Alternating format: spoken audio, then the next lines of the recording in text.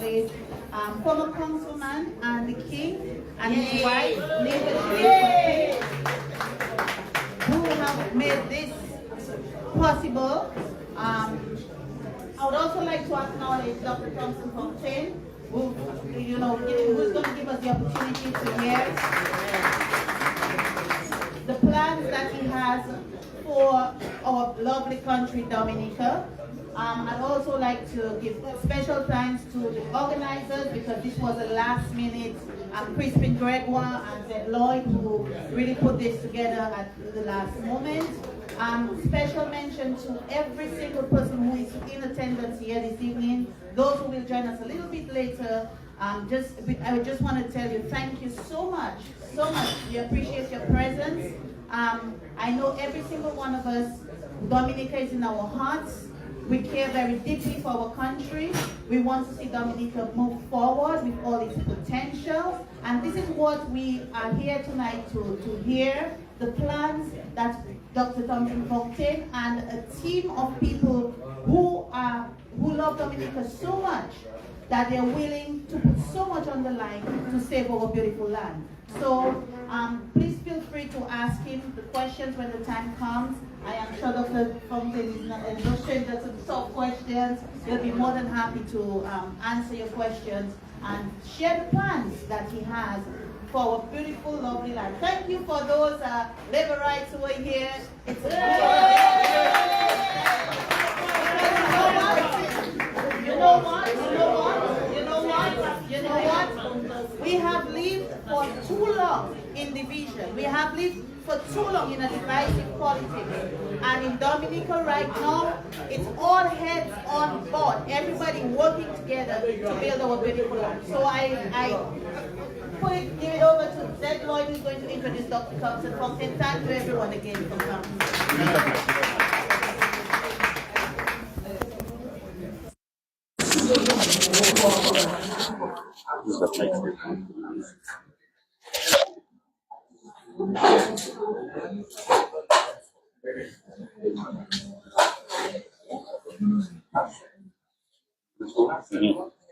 Yeah, good evening. Good evening, everyone. Thanks for coming. Short notice, we just try and maximize them. By the time Friday evening, club, logistics, small finance, you can't be begging, you have to beg so much, So it is. So thanks for coming. I think it was important for us to get a moment with Dr. Thompson Fountaine, and a moment with, where him and his party, see us in a certain extent. And I thought it was important, no matter what the types of mutations, that we know we can at least get a chance to talk tonight. So the different platforms, so indirectly, there's a conversation with Dominica, there's a conversation with diaspora, and I think the diaspora is important to Dr. Thompson's plan for the future. If you look at Dominica without the CBI, the diaspora has to play a very critical role in Dominica's development. And so a lot of people say, what are you doing out here? You have to understand the solution is multi-pronged, It's multi-pronged. You need that international, pressure, you need that economic pressure, then you need that galvanizing pressure nationally. So it's not just what you're doing in foreign, it's like your foreign is part of the solution. Part of the solution, because you didn't know that if a juggernaut, infinite capital, no kind of conscience, win by any means necessary.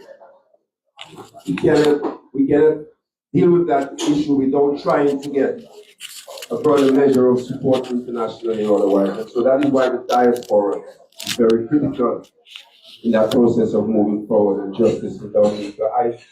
I want to introduce Dr. Thompson Fountaine with you. We're here until 9 o'clock. It is what it is. Spend some time with him and we'll talk. But thank you. Yeah, but I think it's important, sometimes you need a Solomon, sometimes you need a Samson. Different times in the struggle. Sometimes you have a mix of Samson and Solomon.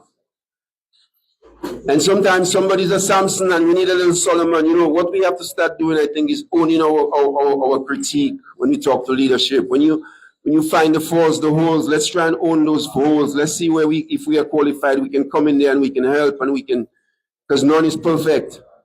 You know, and so moving forward, I want us to own our critique. You know, own our critique, own it. See if you can, you know, solve it and you can add and you can amplify leadership in areas that you think it needs to be amplified. I think it's important moving forward that we start doing that. So I just want to welcome you to this brother right here, brother, a friend, you know, former schoolmate, teacher, you know, from Ancient. My big brother Patty Ron told me to say tonight, you know, for him, you know, personally, the way he feels of brother Thompson Fountaine, for him, he's been one of the most hardworking Dominicans that he knows, period. And I think that needs to be amplified. I think, you know, you may not be getting what you're looking for as yet, but I think better is to come as things get, you know, organized. And like I say, as we gather around, people talk about the division, but right now I say we have to own our critique. If you got a critique, try and own it. Try and own it. See if you can do something about it. See if you can do something about it. My brother, God bless. All right. All right. Thank you very much. And gosh, good night to all of you. You know, me and Zed go way, way, way back. You know, Zed was the head boy of Academy when I was there. And we came up with the idea of bringing together all the student councils of all the secondary schools. And Zed headed that, and I was the treasurer. And Gabriel Christian was our teacher counselor. That was over 40 years ago. You know, but even then, I think what was common with us was that love of country. And all those years later, that love for Dominica has not been diminished. That desire to see our country move beyond the place that it is has not been diminished. And so I am truly delighted to be here tonight with all of you. Thank you so much for coming. Mr. Mutu, it's good to see you. And to all of you who are here, it's really good, you know, that you were able to come out. And I'm glad to see not only persons who support our party, but others of you who are here to listen to us. And that's very important. Very often in Dominica, we talk over each other's heads. You know, we need to listen more. We need to pay more attention to what people are saying. And that's how we're going to move forward. So I want to share a few things with you tonight, out of my heart, and just really, you know, really been thankful for that opportunity tonight to spend some time with you in the Bronx. And driving up from DC this morning, it reminded me a little bit of why I prefer Dominica. That traffic is something else, boy. Jesus. It just reminded me, and I'm like, thank God, Dominica all the time, you know? Yeah, so, but anyway, we're here, and I know that tonight, although I'm here as the only representative of the United Workers' Party, Team Dominica, I'm not here alone. I stand on the shoulders of the founders of the United Workers' Party, former Prime Minister Edison James, Ron Green, Norris Prevost, and Julius Timothy, and all the others who labored from 1986 to build a party. I stand on the shoulders of those stalwarts who have maintained their support for the party over all those years, in spite of the blows that we've received on election day, because you can imagine how it is when you work so hard to win an election, and on the day of the election, you can only watch as plane load after plane load comes in, as ferry after ferry unloads, and you know that you're going to lose the election. And yet our people continue. They have not given up. I stand tonight on the shoulder of this 92-year-old lady I met a few weeks ago.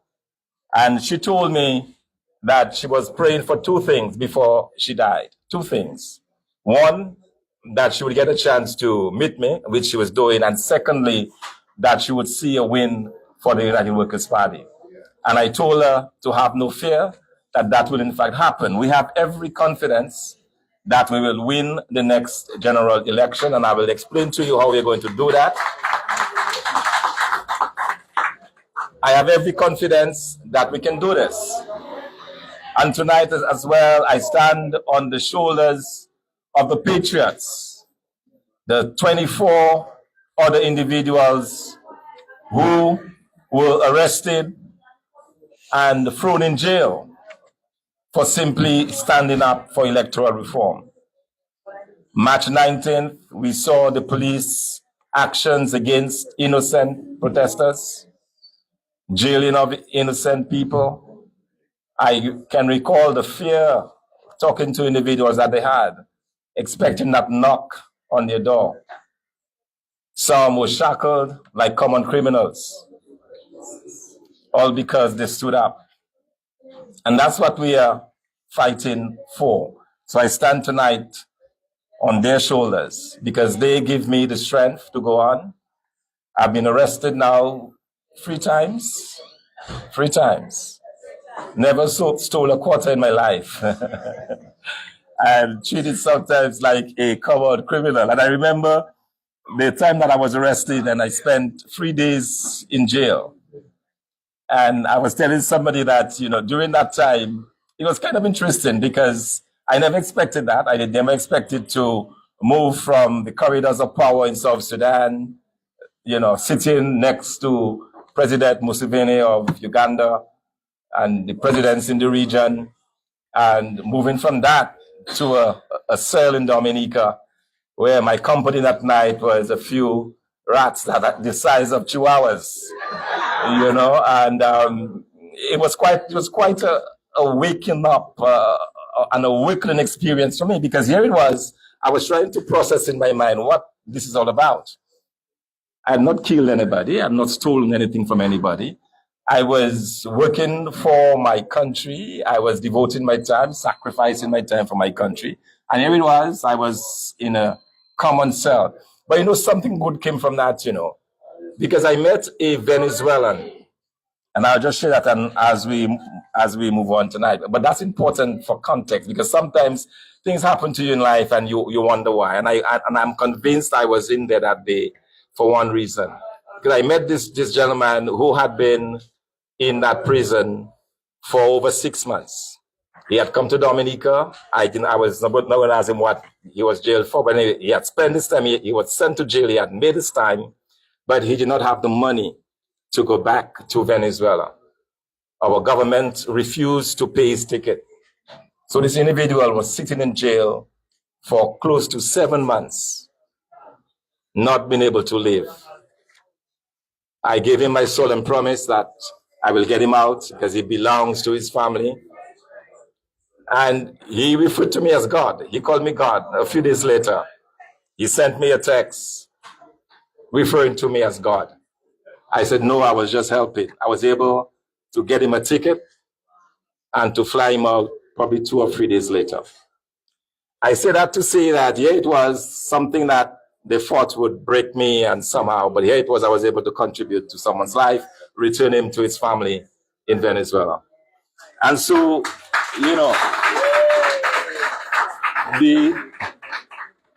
the struggle for Dominica continues.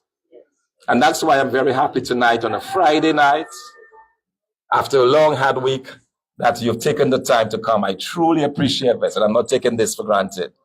I appreciate your presence. What this tells me is that you, like me, and like those in Dominica, have a desire to see change in Dominica. What this tells me is that you are Dominicans and you're looking most likely for the day to go back to Dominica. And I will tell you this, a United Workers' Party Team Dominica believes that the future for Dominica is one in which we are able to embrace our diaspora. It is one in which we're able to count upon every single one of you. And already I know you're playing your part. Dominicans are sending constant support to Dominica. Constantly, you're sending the barrels. Last year alone, over $50 million in remittances sent back to Dominica from the diaspora. And that is what is keeping our country afloat. Because in that same time, we had about $5 million worth of exports. So your contribution is keeping the Dominica economy afloat. It is keeping your family, your friends in Dominica, allowing them to be able to send the children to school, to pay the school fees, to pay the bus fares, to pay their mapping bill and their bills at the end of the month. And I want to thank you for that. And yes, you can put your hands together for yourselves. Because without that support, it would have been a very different situation in Dominica. Without that support, and I know because this is a topic I've studied very, very closely, understanding the critical role the diaspora plays in the development of the country. And I'm here to tell you tonight that we have a plan for the diaspora that will include not only your participation in voting, which we welcome, and I want to, from the outset, dismiss this fact that we do not want the diaspora to vote. We've never said we do not want the diaspora to vote. What we've always said that it must be a level playing field.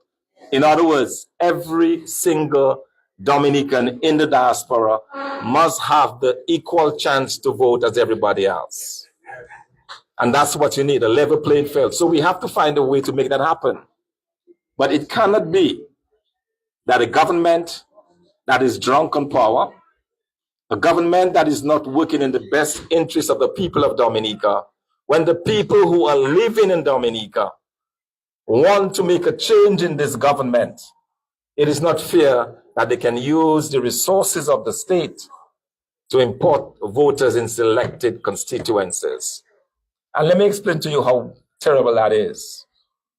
In 2009, for example, in 2009, we lost 5 seats, 5 constituency seats, by a combined total of 220 votes. That's 5 seats we could have won, but we lost. Why did we lose? Because the government of Dominica had gone through the list and had brought people in selective constituencies. In 2014, we won 6 seats. So they say. It was 7 on the night of the election because I was supposed to have won my seat in Bradford. The following day in a recount, I found out that 21 ballots, perfectly good ballots, were thrown out as rejected ballots. In a constituency where since 1970, they've had an average of 2 spoiled ballots. So we moved from 2 spoiled ballots in 1970, all the elections over 50 years, and suddenly we have 21 spoiled ballots. But guess what? Every single one of those ballots were against me. So we went to sleep thinking we won the election. The following day, we had lost by 3 votes. That is what Dominicans we've had to contend with. And that is the reason why I find it very interesting that people say we should not speak, we should not protest. But that is what we're up against.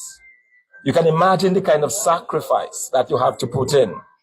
Because in 2014, I sacrificed my work at the IMF. An IMF economist in the prime of my career. I said, I'm going to give everything to Dominica.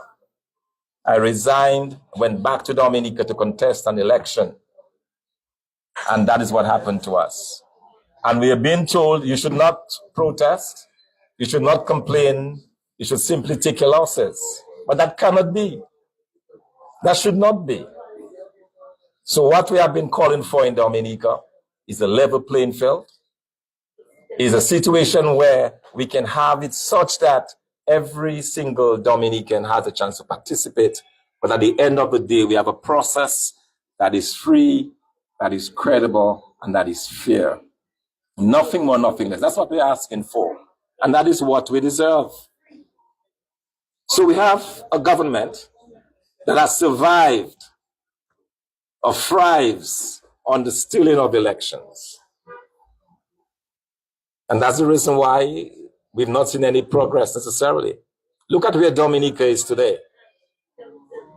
20 years ago, 25 years ago, we were exporting close to $200 million of our produce. Now we can barely hit $5 million. a government that has neglected the people of Dominica, a government that believes, by the way, that the way you treat your Dominican people is by throwing handouts at them. So here, the Prime Minister is in a certain village, and he's giving $300, he's giving $500.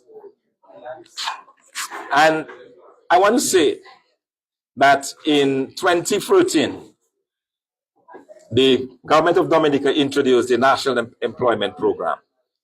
And the reason why that was introduced is because in the build-up to the elections, the United Workers' Party Team Dominica said clearly that we are going to ensure that as we participate in this election, that we actually win. All right. So our focus was on winning in 2014, but everything was done to ensure that we lost that election. And so that is what we have been fighting against. We have the NEP program that was started in 2014. And because of that, and because it was started because we were offering the people of Dominica that we would be able to create 5,000 jobs within 3 years. And we had it laid out because we understand that the way you move the Dominica economy is that you ensure that the pillars of the economy are energized, so to speak. So you work on agriculture, you work on the agriculture sector in all its various forms. The raw products, you work on the agro-processing, essential oils, livestock, poultry, all of that.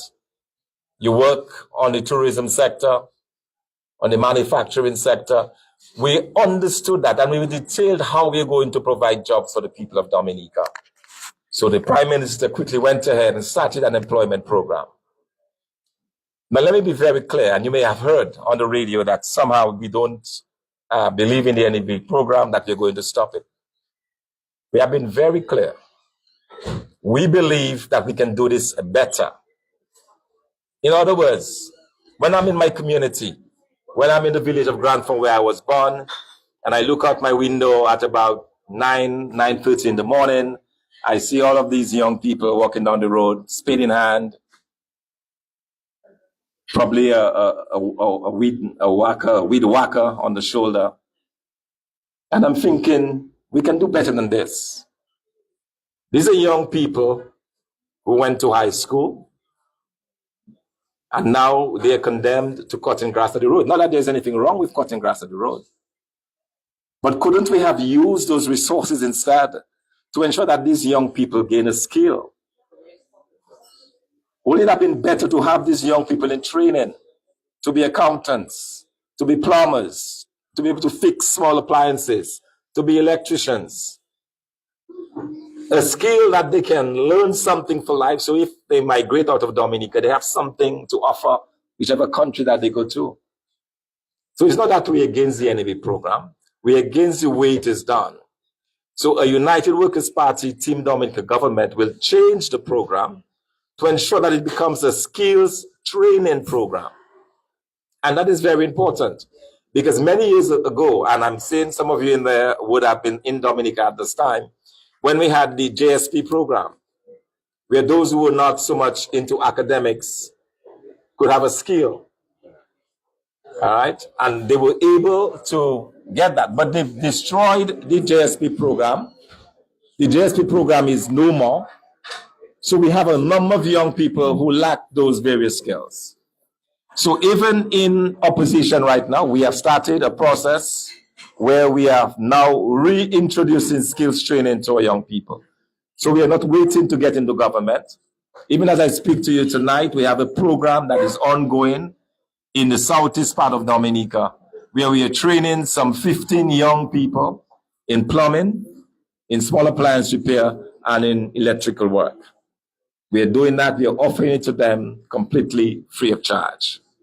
And you know what my motivation was for doing this and for introducing that and why we thought it was good to do? One day, as I was making the rounds in my village, I came upon a group of about 15 young men. 15 young men. And I could see in them, me, because I was there. I walked those streets. That's my village. And they say, we want to talk to you. We want to tell you something. And they pointed, the person who was doing the talking says, there are 15 of us, all between the ages of 18 and 23. We move around we move together, we look out for each other. Not a single one of us have worked in this country. These are 15 young people in my constituency without a day of work to call their own. And they say, sir, can you help us at least? We don't think that program of cutting the grass we are not into it, but can you help us to do some poultry? We'll come together, we'll take care of the pen and so on. We want to go into poultry production. Can you help us? But that is where we are in Dominica. So we have a government in Dominica that has amassed an incredible amount of wealth, an incredible amount of resources. And we see it. We see it in the mansions that are going up all over Dominica, where people have not only one, but two, but three mansions. We see it in the taxpayer paying $64,000 for the prime minister to live in a building.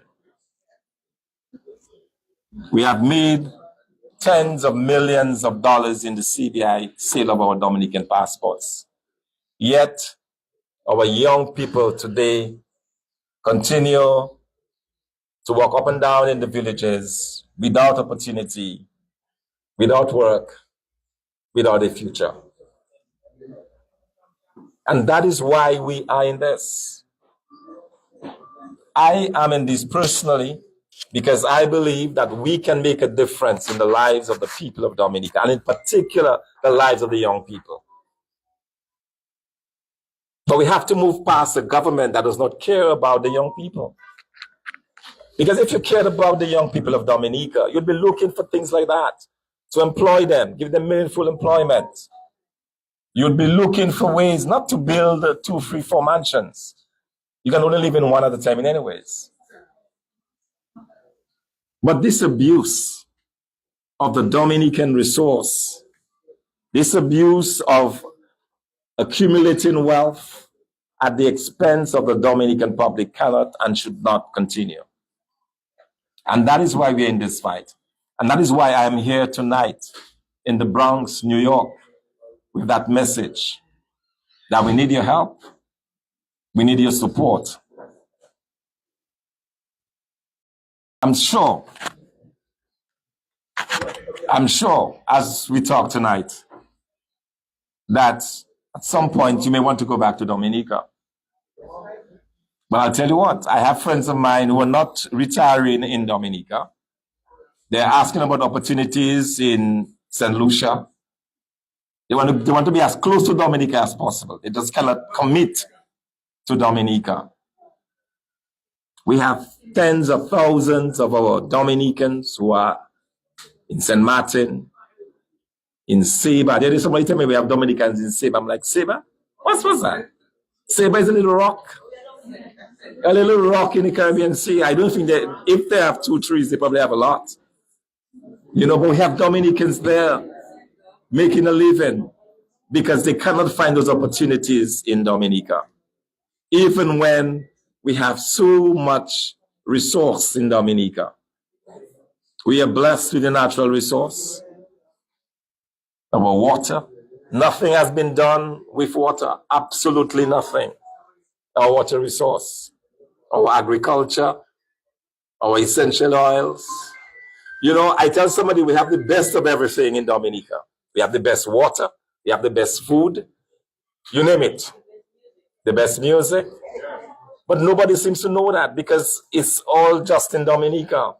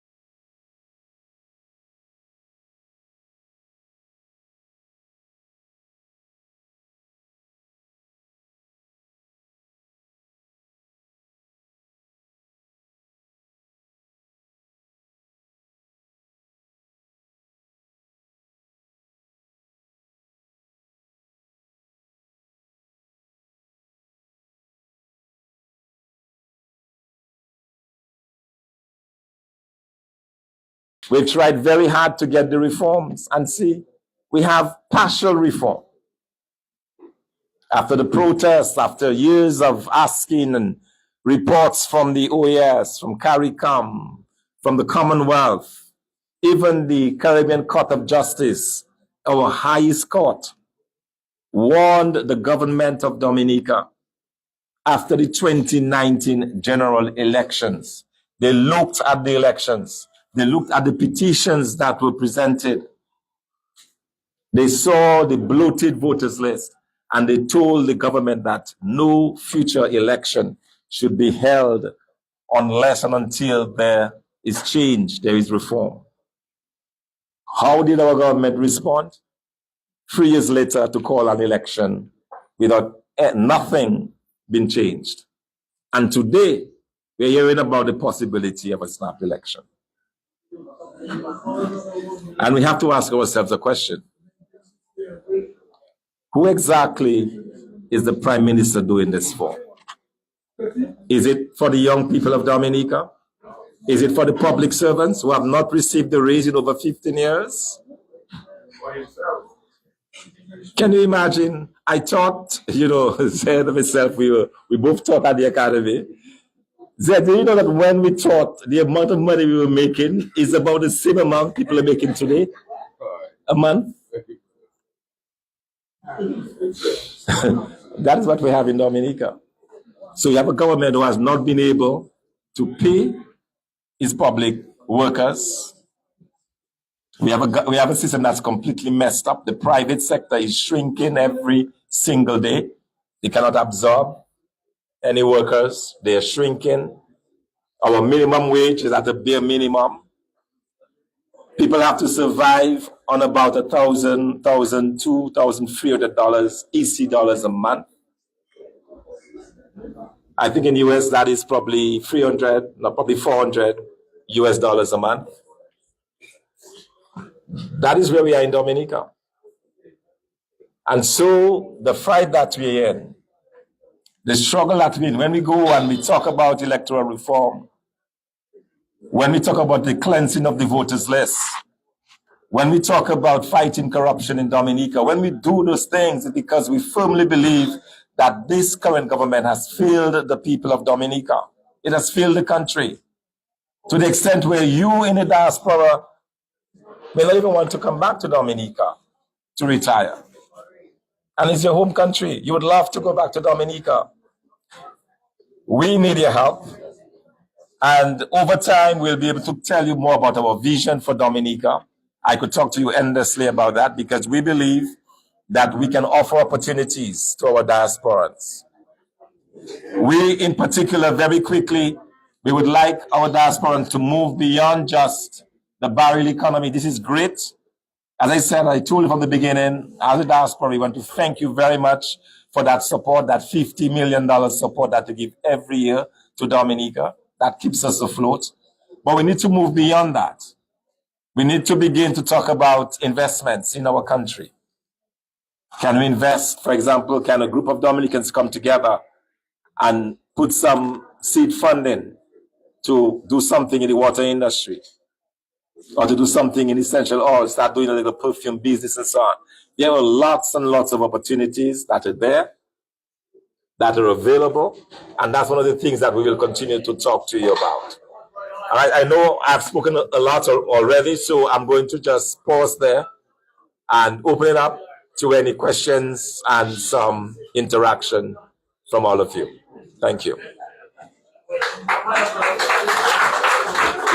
Thank you.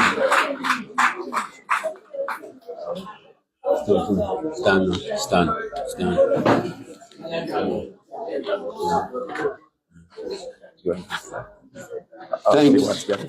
Thanks for your presentation, brother.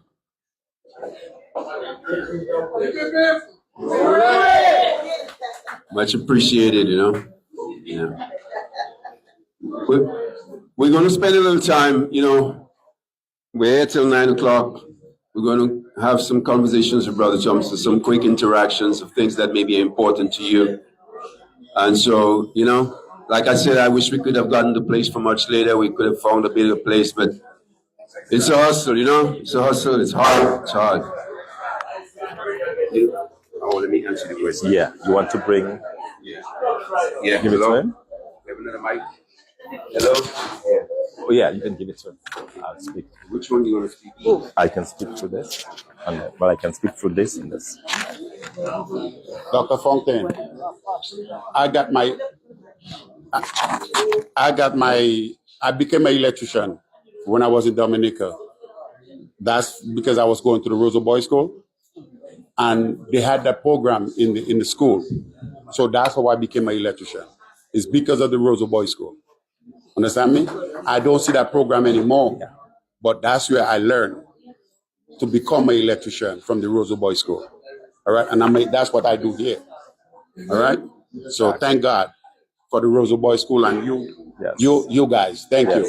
Yes, and we plan, and we're definitely going to bring this back. All right, we are going to bring back that training for the young people of the country. Yes, we will. We will. Thank you. Thanks for that testimonial.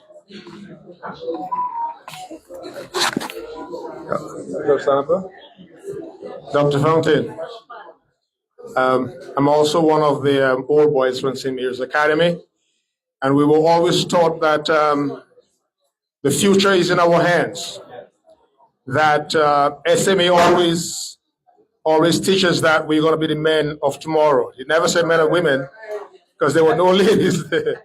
But, we are proud to be of that alma mater. There is one thing I think while I was in Dominica recently, there are those who thought that rather than there be a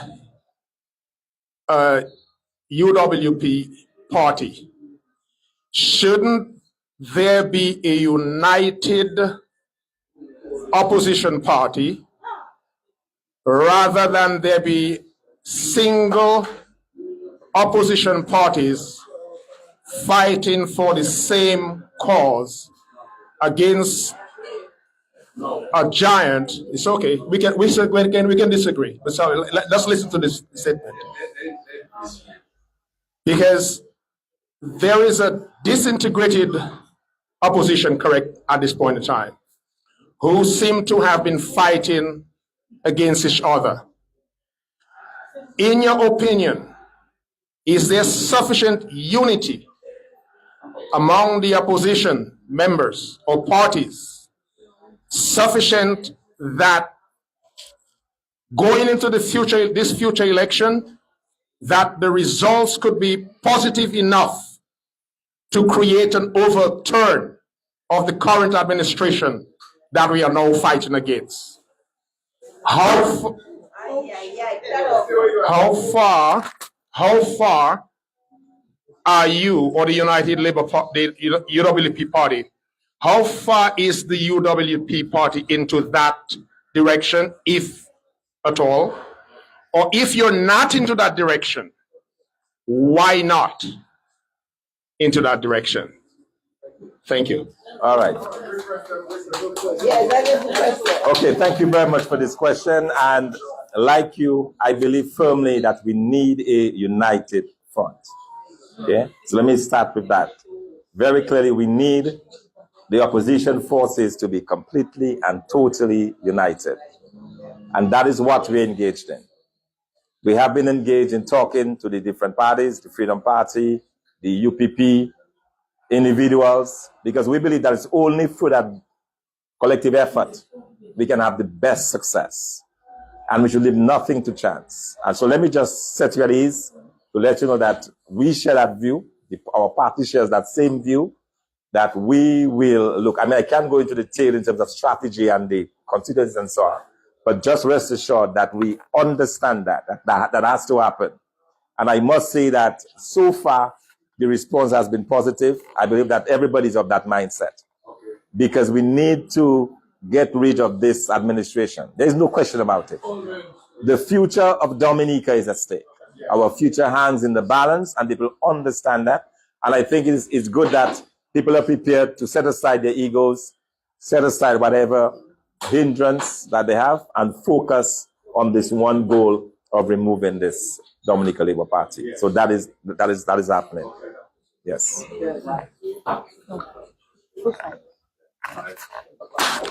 Right, let's try and deal it brief, yeah? Okay. Thank you, Mr. Dr. Fountain. I have a question. I have a small mouth. Yeah. 2019, when Roosevelt Skerritt called his election, I know that the Workers' Party did not participate in it. And if right now, if he would call another snap election, would we do the same thing or would we participate in this election? I know Salisbury is definitely our own and Marigot, but would we step in the election just to gain these 2 seats? I just want to know. All right. I pause just a little because there is 2 things there. A snap election would mean that we have not received the reforms as incomplete as it is. We have not received that. So that's what a snap election would dictate. So the question is, do you do as you did in 2022? Now, we've said, we made the point. We stayed away from the polls, and we have to work with whatever hand we're dealt with. We are sufficiently confident that especially the people on the ground right now, we are sufficiently confident that they're ready for that change. The Dominican people are tired. As they tell us constantly with this government, rien par là. Okay, rien par là. And for those of you who don't speak Pata, nothing is there. All right? People are fed up. So we believe that there is enough of a groundswell that would vote against this government, including our very good Labourite friends who tell us we may not be able to speak publicly, we may not be able to talk, because if we do talk, the little $200, the little $500 will not come our way, and we need it, so we can't blame them, but who are giving us the assurance that they will vote for us. And I'll give you another example. A few weeks ago, I was in the village of Paybush, and this young lady came up to me. We started a conversation. She must have been about in her mid-20s, early 20s. And she says, I have voted Labour. I voted Labour the last shot. I think I voted twice. I voted the Labour Party. But I think now we need a change because it's not working for me. But I will tell you, I'm afraid. Why she said she was afraid? She said, I work with the NEP program. And they're telling me that if I vote, they will know that I vote against them. And they will take away the job from me. And he says, I can't lose my NEP job. That's all I have. But that is what people have been primed with. But we know, so it's up to us now to explain to them, how to explain to her, they cannot know who you vote for. But that's the kind of education that we have to put, because they're spreading the false information, the false narratives, putting people in fear that they will know who they vote for when they vote. Okay? But that is not the case. All right? And so we have to keep working on that. So a very short answer to your question is yes, we intend to participate in the next election. Yeah, Dr. Thompson Fountaine, and from the audience, you know, one of the things that has been a challenge for the struggle and the movement and this whole oppositional thing is funding at home. It is critical, and it is critical because usually the funding structures you would have in Dominica, they're non-existent because these companies aren't making enough money to fund civic and political issues. Those things used to happen before. The Nassifs, the Astafans used to be sitting real tight. Everybody used to contribute. That's how it used to run. Don't let nobody fool you. You understand? But a lot of these economic structures, they are non-existent. So there is an inherent disadvantage in standing up against this government. There is an inherent economic disadvantage. And one of the things, when we look at financing things, we look at them from expensive angles. And one of the things Dr. Thompson was, we've been looking at is the idea of investing in small angles. So let's say you have 1,000 committed diasporans. Maybe you can take it better, but I wanted to that you catch it. You know, while you're thinking of, well, I have to do hundreds and 200s and 300s, really, if you think about it, 1,000 committed people at $10 a month is $10,000. And none of these 1,000 people are feeling anything in their pocket because all they're giving is $10 a month. But that's $2,500. That's $25,000 at home. That's movement. That's lawyers at $10 a month. And so we want to inculcate you into that kind of understanding of how, because it is hard to want to go to courts. It's hard to go and challenge, and every time you have to go to the same people you know they don't have, and you have to beg them. We as a diaspora, we can link into the thing, make that small contribution. If you're consistent, you just do it small. It's not stressing you. It's a coffee for you. But when you multiply it by 2,000, it's plenty money. You get me? Go ahead, my brother. Yes, thank you. And Zed said it well. And that is what we are looking to do. We don't have the deep pockets, but we have to do the work on the ground. Okay? We have to go to the constituencies. We are engaging different projects. I talked about the project that we're doing. We cannot afford to charge the young people for the classes. In fact, somebody tell me we must charge something. I say, okay, $5. One person brought me $5 because they don't have it.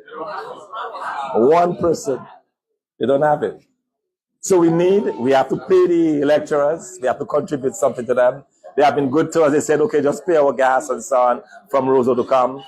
But there is a cost attached to it. So anything we do has a cost attached to it. So we'll be called, and that's why I mentioned the 50 million, to make sure that you have a lot of money when you combine together. And so we'll be looking to get some support, and as you said, small amounts, we can commit to a $10, a Starbucks coffee, for example, $10,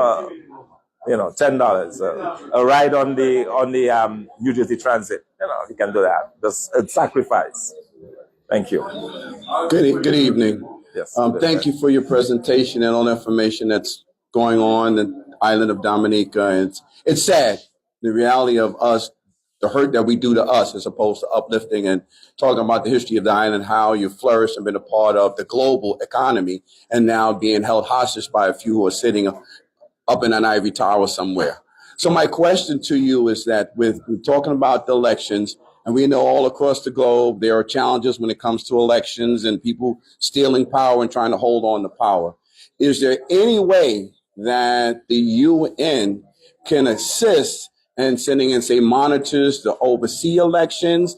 Can the island of Dominica bring enough noise to the economic conditions? Because you see it all over the globe. Different countries make enough noise. Then, they like the squeaky wheel that makes the noise, they get all the oil. So how does the island of Dominica start making that kind of noise so people can respect the gold mine that is Dominica and the beauty that lives in that country? All right, thank you. So, in fact, we've adopted that approach. Every election, going back to probably 2000, we've had election observers. So they've come from the OAS, they've come from the Commonwealth, they've come from CARICOM. They have been present to observe the election. Every single observer mission has said that our elections are neither free nor fair. They've outlined it. A lot of the recommendations for the reform came from those observer missions. The difficulty is when they come in, they only come for the election itself. So they see the lines, they look at the polling station, everybody's lined up. It appears to be going as normal. But underneath it, they've reported, for example, the bribery that takes place. The individuals, while they're on the line, they are promised that if they take a photo of the ballot, they can come back. And you had in the last election, persons would leave the voting booth and go across to the Labour Party office to collect the money because they have to show the proof of their ex. Okay, so that happens outside of the view of the observers at times. So we've tried really hard with the observers. The government of Dominica continues to do what it has done. But we are up in the game, and that's part of the reasons why we spend some time in Washington. I can't go into the details of that, but we are looking to see how we can make more noise, make it very uncomfortable for the government of Dominica to keep behaving that way. And there are ways of doing it, and we are thinking of ways outside of just the of just the, yes, church. Exactly. So we are looking at, yes. Thanks for that.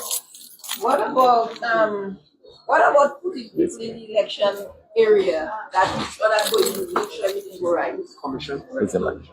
Yeah, I said, what about putting people in the election area to make sure it's going right? Amen. Somebody you can trust. Okay, so because I used to do that yes. before. Yes. So every election, you have the persons, right? We call them agents. So we have our agents at every polling station. But bear in mind, they are looking at persons who come in sometimes who are not qualified to vote.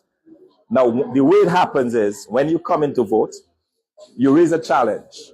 Okay? So we raise a challenge and say, well, this individual is not James Brown. He says he's James Brown. We know this is not James Brown. This is somebody posing as James Brown. The individual takes an oath and says, yes, I'm James Brown. He's allowed to vote.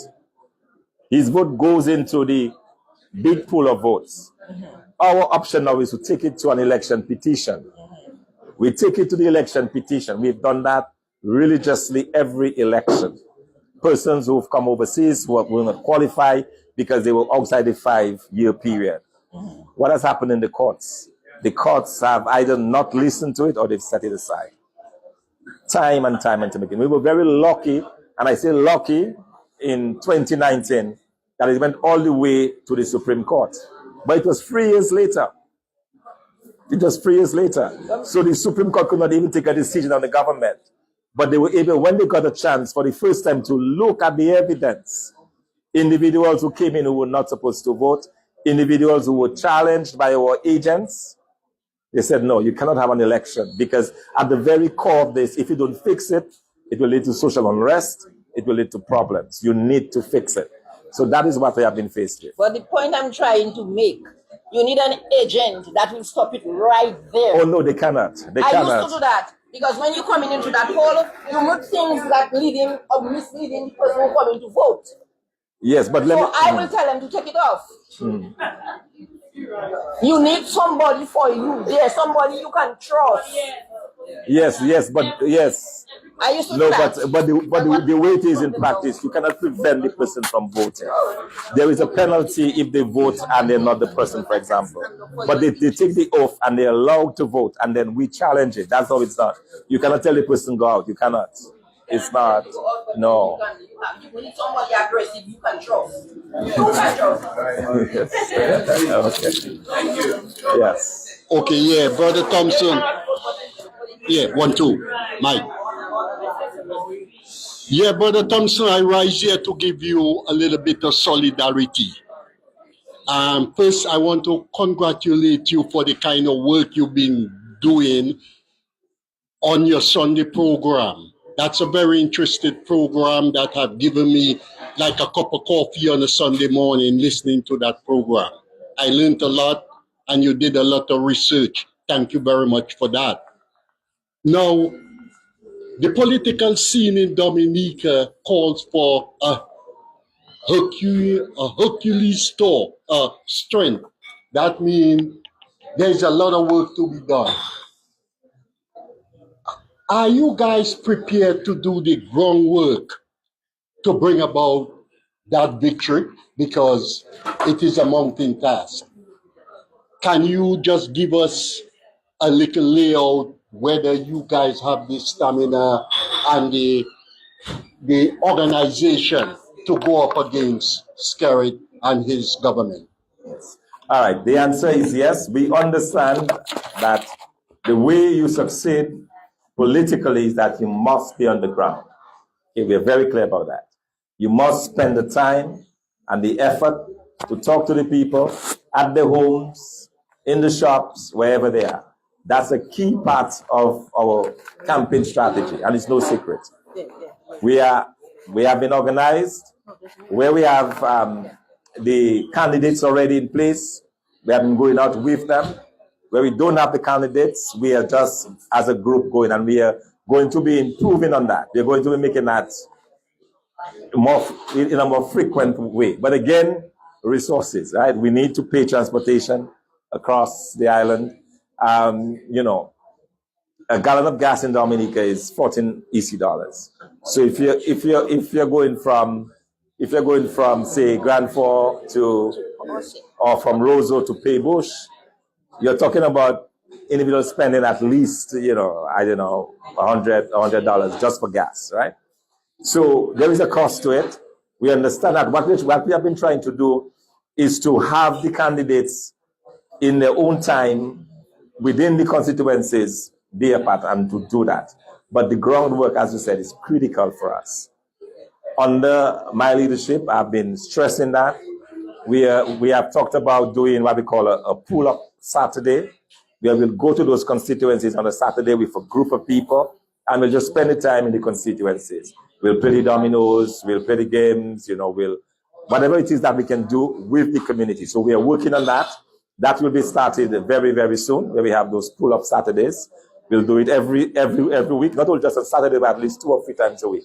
Where we go to those constituencies, we sit with the people, we talk to them, and we show them what our view is for the future of Dominica.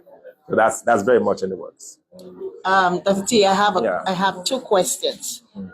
Number one, the last election, many of the UWP supporters, their names were removed, as far as I understood. That some of them, when they went to vote, that they were told that their names were not on the voting list. So some of them were unable to vote, although they lived in certain areas. Number 2, I understood that the Labour Party giving their supporters voters ID and telling them make sure that they have their voters ID, so when they come to vote, that they will know that is the person. What is the UWP doing about that? Because you don't want, when your members go, your supporters go there, they don't have any ID, they might want to turn them off. So just a quick question for you. All right, let me start with the second question, right? The process under this current legislation is called a confirmation process. So in other words, you're supposed to confirm your name on the list. All right, so I am Thompson Fountaine. I confirm that. That has to be done according to the legislation through the use of agents. The electoral office is the one that is responsible for setting up the agents in the different constituencies. That has not yet started. The government of Dominica has just gone to Parliament to request the money to be able to pay those workers and to do what they have to do to get the ID card. So the voter ID card is going to come out of that process. We have been hearing about this in terms of the Labour Party itself, but what it is just to prepare their members, but they cannot register them. They cannot confirm them. It has to be those enrollment officers in the various constituencies who can certify that this is the person, and then they issue them with the voter ID card. So we are working on that. With respect to the names on the list, I'm not sure about that, because typically what we do, we always compare the voters list that was published before the final voters list. So in every constituency, our agents go through very carefully to ensure that the names that were already on the list are still there of our voters. So that is done. So I'm not sure about that part of it, of the names missing. Yeah. I heard on Facebook some people were complaining. Okay. Okay, it could be that they were not aware of their voting, of what polling area they had to go to. Because, for example, like in some villages, you have somebody's house, the school, or the church, so you have different places. So if your name is in the church and you go to the school, they will say, well, your name is not there. It does not mean it is not in the school. I think it's possible that is what happened. There was some confusion as to where exactly they have to vote. But for the most part, that process is okay, because the list has hardly changed over the years. It has hardly changed, and it gets bigger and more bloated every time. Yeah, because I'm a poll worker, so I know about the voting system. So I know, like if they have to vote this or that, or what they should go with them. That person is not supposed to go that list. They should have somebody to guide them and say, you are in the wrong area. This is where you are voting like Mass and Church.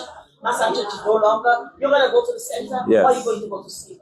So let them be specific. So in that case, you have less confusion. So people are not going crazy. Yes, and yes. as a result, you know what? They lost their vote. And then that's what's that we get lost. So they have to like education, education, education. Yes, indeed. Hey, Thompson. I know politics is a game of numbers. Most people believe that.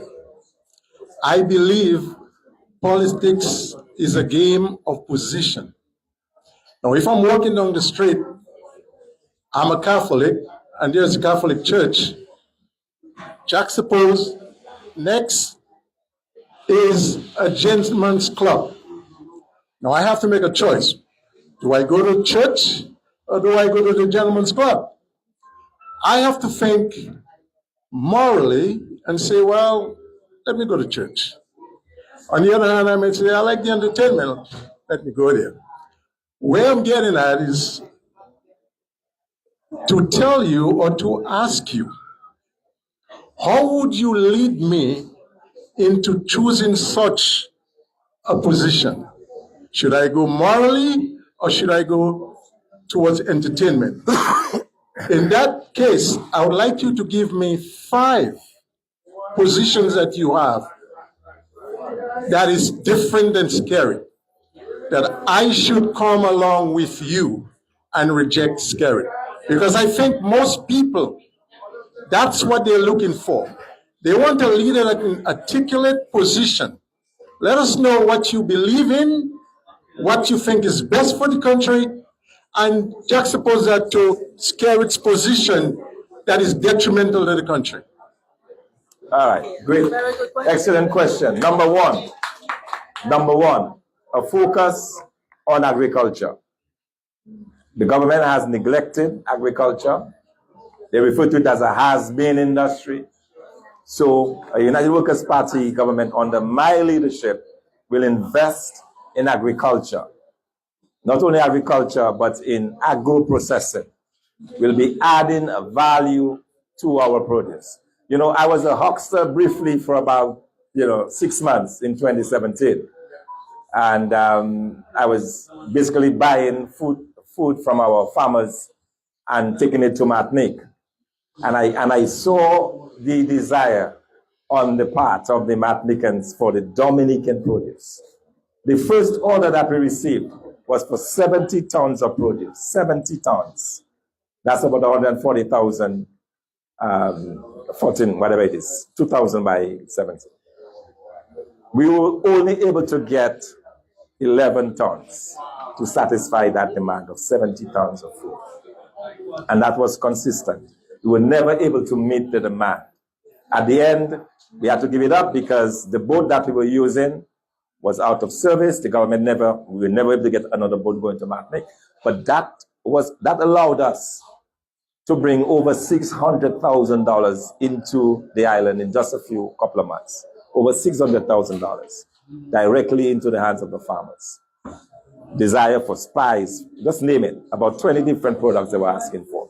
So we know that market is still there because in Martinique and Guadeloupe, they've had issues with the soil being contaminated and they look forward to our produce. So you can revamp the industry, not necessarily banana, revamp the agriculture sector. So that is number one. That is very different. Second is a focus on youth development. In other words, understanding that the youth have to be given good paying jobs. We have to build a culture of wealth creation. That is something that we've lost in Dominica. You want your young people to be able to work so that they have something to pass on to their children. Okay, so we believe in wealth creation. We've not seen that on the part of the government. You cannot create wealth with 1,000 EC dollars. That's a bagay, hand to mouth. La mer bush, la mer bush, la mer bush. Okay, you cannot. So that's number two. The third thing that we are going to be focused on is you here, the diaspora. That's another area the government have neglected. They focus on the diaspora simply for voting purposes. So they say, come in, vote, put us in, but then forget, don't bother us again.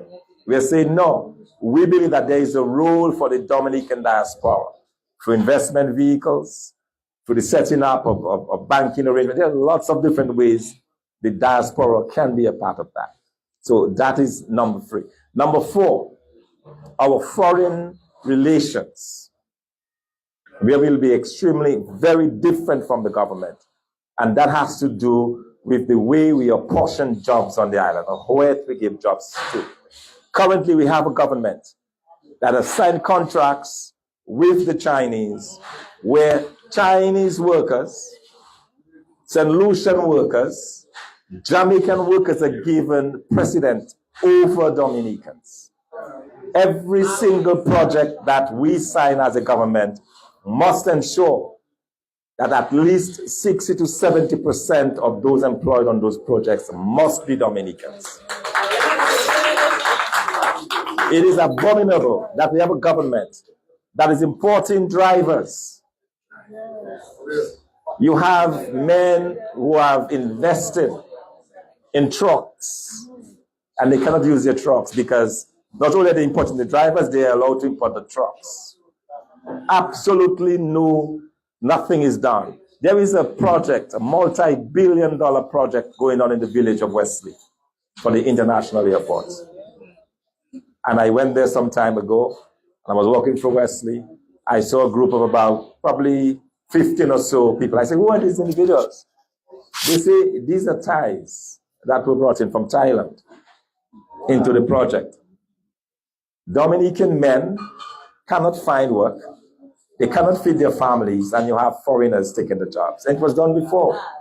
You had other firms after Maria that were brought to clean up the island, and they were from St. Lucia. They were Jamaicans. The Prime Minister boasted that over $218 million was sent out of Dominica for workers who were working in Dominica. That cannot continue. So we are offering the Dominican public that the United Workers' Party Team Dominica government will ensure that whatever contracts, whatever projects that is funded by the government, the Dominican people will come first. We cannot be second-class citizens in our own country. Can you imagine how hurtful that must be for the villagers of Wesley? To see that they're getting up every day, they have nothing to go to, and they're foreigners just down the road making money out of our own passport money. And finally, the way we deal with our relationships, our international diplomatic relationships. That is very important. No country should believe that because we are a small island, that they should dictate to us how we should run our foreign policy. And then also, every relationship that we embark upon has to be through mutual respect, but importantly, we must ensure the interests of Dominicans first. We have not seen that with the Dominican Labour Party. So these are just 5 areas that I have shown you that is very different from this government. So we're talking about a vision that leads to job creation, a vision that looks to revitalize the economies, which, by the way, I know something about because I've been doing that for many, many years. Revitalize the economy, and more importantly, put our young people to work. That is the solemn promise that we make it to the Dominican public.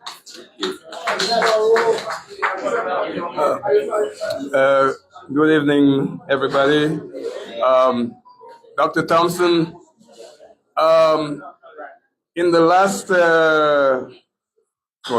15 years, the Dominica government has depended on CBI as their main source of income. And we are hearing now that the CBI may be in trouble and that the European Union might very well withdraw the visa-free access to Europe that the CBI passports are allowed to enter Europe. And we are hearing now with the Trump administration that they want that CBI closed. What will happen to Dominica if the CBI comes to an end? And the last thing, will the UWP government continue the CBI as it is? All right, two very good questions. Let me just explain to you the importance of the CBI program right now. 60% of government spending is because of the CBI. In other words, they depend on only 40% on taxes. 60%. So it means that if tomorrow the program is shut down, you have to find 60% where his money is going to come from. It's not going to come from taxes because the tax base is already stretched. You don't have a lot of businesses. People making $1,000 or $1,200, you cannot even tax them. The income tax threshold is about, I think, $1,800 or $2,000. So you can't even tax them. So to answer your question, if that happens, the country will be in serious problem. It will mean that the government is not able to pay its workers. For example, government has to find every year, they have to find at least every month, between $5 and $6 million to pay the NAP workers. That would most likely be the first one to go. Okay? Then you're talking about paying your government workers. Talking about services, the health services. Already, even in that atmosphere of 60% of CBI, we still have shortages at the hospital. Basic medical supplies are not available. Your family falls sick in Dominica, make sure you walk with your paracetamol. You have to be prepared to get the money somewhere. Even today in Dominica, blood testing at a major hospital is normal, cannot be done. You cannot do blood testing. You are forced to go to a private clinic where your family has to pay. And you're being told, by the way, that you must pay before the tests are done. You must pay not only for the test, but before your family member is taken care of. So I'm saying this to paint a picture of, even with so much CBI, we have those major problems already. So imagine if all of that were to disappear tomorrow. Will we stop the CBI program? Because of that issue that I talked about, the 60%, we will not stop it abruptly, but we will phase it out. We will phase out the CBI program as quickly as possible. And we will move whatever resources we have in there, we will invest in our agriculture. Listen, we can create hundreds of jobs overnight in agriculture, you know. If you set up 2 or 3 manufacturing businesses that can process our water, can process our fruits that are wasted, you know, every day. You know, you come to Dominica. If you go to Dominica now, mangoes are just wasted, littering the floor. These can be dried. Pawpaw, you know, you name it. 60 different fruits and vegetables and crops in Dominica that can be bottled or packaged and sent out. So those monies would go into that. And I believe, and it has been done, by the way, that's not just a pie in the sky. St. Vincent and the Grenadines, and I want you to listen to this. St. Vincent and the Grenadines under Ralph Gonzalez have never gone into the CBI, the sale of passports. Yet they are the fastest growing economy in the Caribbean. All right? So it means, that tells me it's not how much you have, it's how you spend it, right? That's very important. For the past several years, our government have been drunk on power, drunk on CBI. They have turned over the CBI to MMC. We have seen, and I'm not saying that's what happened, but we've seen since, over the past couple of years, the same MMC fella has built 4 skyscrapers in downtown Dubai. I'm not saying it's our money. I've never said that. Okay? But all I will say is that he did not build those before he got involved in the CBI. And all of those monies have been passed on to him. And that's the reason, by the way, why we took the government to court. We took the government to court not because we want to stop the program. We took the government to court because we want them to tell us what is in the contract with MMC. We want the court to compel our government to obey the Constitution. which clearly states that every cent earned by government must come through the consolidated fund. That is in our constitution. It's in our laws, it's in our rules, financial rules in Dominica. So we are asking the court to compel the government of Dominica to simply follow the constitution. That's the reason why this court case, and I'm glad to announce that we're back in court on the 20th of May, and we're very hopeful that the court will have the fortitude to rule in our favor and in the favor of the people of Dominica. We got one more quick. Sister Marceline has a thing happening, and we just want a minute to just tell you about Diaspora Expo. Hello, good evening, everybody. It's good to be here, and it's good to see so many Dominicans. We are not UWPites. We are not Laborites. We are not Freedomites, but we are Dominicans. Dominica first. We put our patriotism first. We put our love for country first. We are one people first. And in the spirit of our camaraderie, in the spirit of our Dominicanness, we are organizing a Dominica Diasporan Arts and Crafts Expo in New Jersey. This is the 4th annual expo. It is an expo of all our Dominican entrepreneurs, our small business enterprise. We are doing the branding on 767 Stuyvesant Avenue in Irvington, New Jersey. And this is going to be on Saturday, the 7th of June. I am inviting all the New Yorkers. I know you all don't like to cross the bridge. I know you all don't like to cross the bridge, but I am inviting every one of you. You all need to come out to support our Dominican local crafters. Come out in your numbers. And it's a lot of good things our Dominican producers are doing. We have authors, we have crafters. One of our crafters, she's here, Adelaide Paul. Adelaide, you need to bring the New Yorkers with you. So come out, it's at 10 o'clock. The official opening is at 10 o'clock. But of course, there is that real Dominican breakfast, and the breakfast is done early, so come out. Now we have our Dominican musicians. You know, music is part of our culture. So we have the Impulse Band from Florida. We have the various cultural groups. The Dominican Houston Association dancers are going to be with us as well. So come on out, everybody. Come on. It's one people, one love, and one nation. God bless all of us. Loads of love. My people, like I told you, it was hustle for time, small space, it was what it was. I just want to give Brother Thompson a little moment to give us a final thing, and I got to close down on this brother because he made the sacrifice for us on a Friday night. Next time we find somewhere bigger, someplace we can. All right, God bless. Yeah. All right.